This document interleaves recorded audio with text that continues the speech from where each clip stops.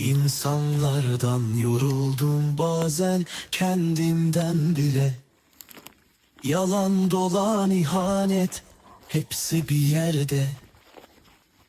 Gel kaç dedi, ruhum yok mu başka çaresi? İşte beni hayata bağlayan hayvan sevgisi.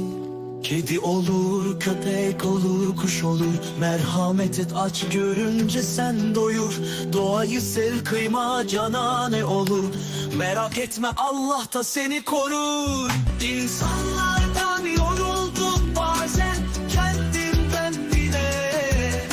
Yalan dolan ihanet, hepsi bir yerde. Gel kaç dedim, ruhum yok mu başka çaresi? İşte beni hayata bağlayan.